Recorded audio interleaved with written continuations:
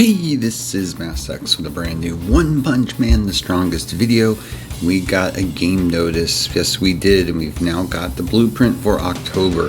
So what do we have coming at us? Well, first off, for events, there's a themed event, the concert, as well as a Halloween themed event.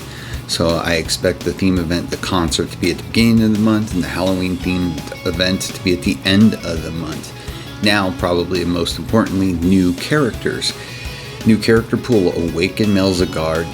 We're going to talk about that character in depth as well as the rest of the gear in this game. We've also got a limited time return of Extreme Tank Top Master, another one that we're going to need to speak about too.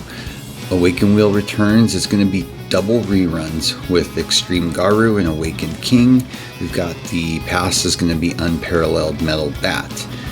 Special recruitment benefits, heroic recruit special up during the event, increased drop rate of specific SSR heroes through special recruit. That's going to be Awaken Terrible Tornado King, Metal Bat, and Boros. Not so sure about the Awaken Terrible Tornado. We'll have to get confirmation.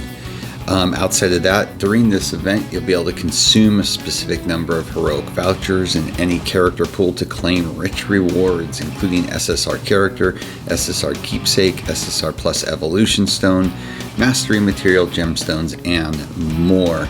So keep that in mind. But really what we need to talk about first is what we're looking at now. Now this is October, okay? So we got Melz, so they are back on the release schedule of C with some skips. So if we were to follow it verbatim, we would have Watchdog Man in November, Glory Boss in December, Awaken Pig God event at some point. Then we'd be looking at the first of the year of Zombie Man, Puri Puri Prisoner, Metal Knight, and Super Ally Darkshine. Now the question is, are they going to really keep that intact? To me, I see them still releasing Watchdog Man. Glory Boss in December makes a lot of sense. Then Zombie Man, I don't see that one being pulled. Puri Puri Prisoner, not so sure. We may see that one. You never know. Metal Knight and Super Alloy. Super Alloy will definitely be dropped in a banner because that will be a big banner for them. Metal Knight should, but who knows. But really, out of everything, the only one I could see them maybe pulling like they've done previously is Puri Puri Prisoner, but I could be wrong. But that's what we're looking at now for the remainder of what's available. That doesn't mean they won't change it up. That doesn't mean they won't move some of them up or down. But really, the key is going to be to know what is possibly coming. Now let's talk about Awaken Melz. Because this is one that I feel you need to make a very informed decision on if you want to go after it. Now, let's talk about this SSR. It's an Esper and a monster, of course. It does AoE damage, revive, breakthrough. It supports shield rate and has silence immunity, which really is a non-issue right now because the only character that would have brought that into the game hasn't been released yet. Good job, devs, on your planning there. But let's talk about what this character offers. The attack deals damage to a single target with 2 combos for 120% of attack. We don't really care about that, do we? We've got the ultimate. Deals damage to all targets with 4 combos for 48% of max HP. After using ultimate skill, one defeated character will return to the battle with 100% HP. It can trigger up to 4 times per battle. Pretty straightforward. Passive. Evolve. Can trigger on the target after the entire row takes their action. Instantly remove target's damage resist granted by unyielding. Permanently grants immunity against silence to all allies in the row. Permanently increases own HP by a scaling amount. When it's evolved, immediately cancels the target's unyielding and ignore damage status. Then for the Awaken passive. Okay, when battle begins, grants 50% shield rate to all allies for 2 rounds, triggers Reborn upon taking fatal damage when allies are present, recovers 50% of HP before action, or when all allies are defeated up to 2 times. Reborn is when allies are present, recovers 50%, just like what I said, redundant there that they put that in there like that. But yes, okay, The character on paper sounds pretty good, but he's already not as beneficial as should be because the silence immunity issue is not even playable at this point in the game. To me, for free-to-play light spenders, this is such a hard skip. Let's talk more about the character some more and then why it's such a hard skip. Well, first off, if you get it to ultimate, okay, you're going to get the damage. It's going to go from 48% to 64%. Revives allies is going to go from 1 to 2. Revives up to 4 times per battle, goes to 6 times per battle. You're probably now starting to see how important it is to get the keepsake and why I'm going to go down the road of saying this is a hard skip for most.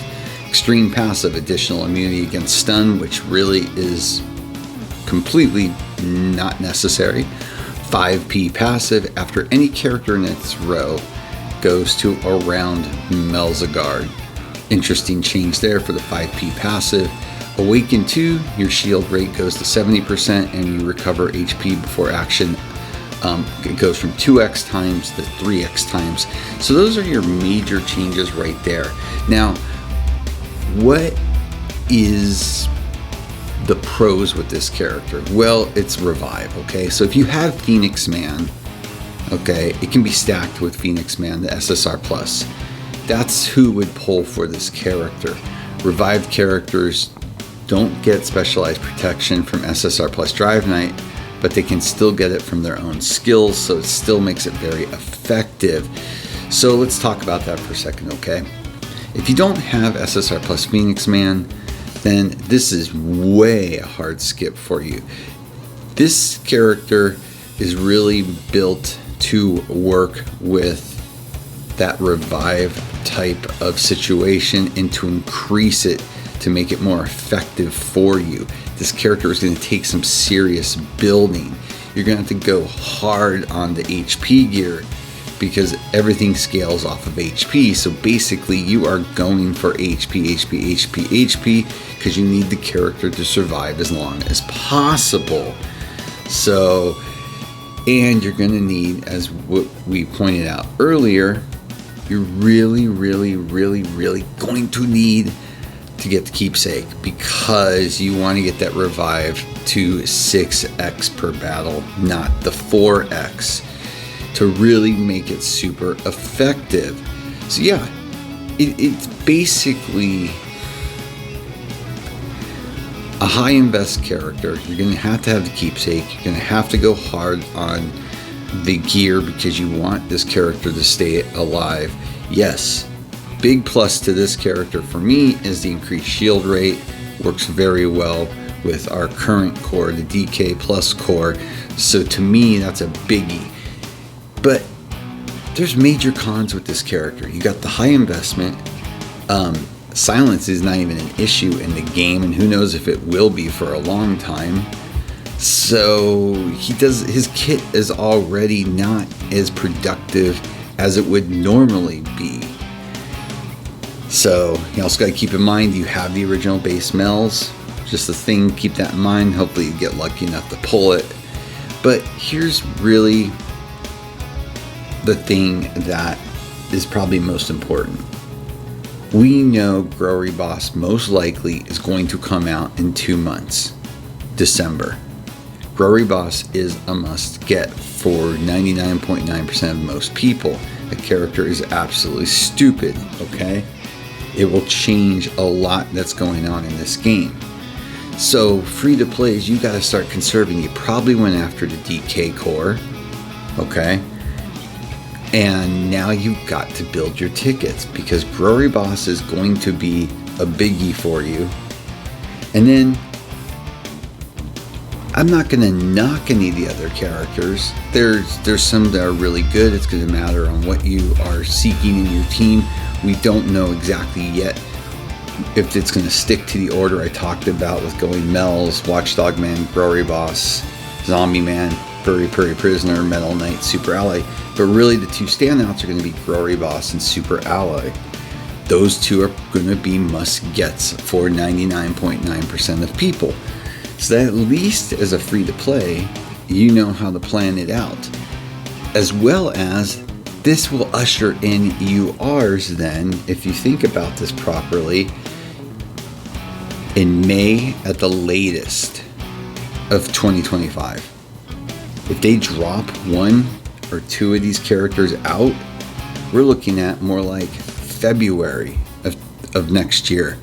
Not a lot of time. It's gonna lower the expectations of these banners. So for those reasons, to me, for most people, Mel's is gonna be a skip. You're gonna save for Glory Boss. Then you're gonna probably save for Super Alloy. And if there's one in between that you can get that you need or what you think will help out your situation, great. But really, in a nutshell, that's about it. You've really got to think about now the future, and is it really worth going after these SSR pluses, knowing that URs are very close now, okay? Very close. You know, what's that come out to? Within 6 months, okay? It's not that long. So keep that in mind. But I'm glad they're sticking with the C schedule. They've already screwed things up enough at this point. Now, before I wrap up this video, that returns me to the talking about the limited time return of Extreme Tank Top Master. I personally don't know if investing any further in this character is going to be worth it based on what we know. If nothing changes, well, it might be okay. But if it's going to affect you getting Glory Boss, don't touch Tank Top Master, the return, okay? If it's not going to affect Glory Boss for you, then fine. But I would not go hog wild. Why? Because Tank Top Master is going to fall off, okay? He will not be what he is today 6 months from now. So keep that in mind. To me, right now, your hyper focus should be on Glory Boss, knowing that this character should be coming no later than December. And if they get crazy and move things around, he could be here in November. So save, save, save. So with that, as always, please like and subscribe. It helps a lot. Have a great day.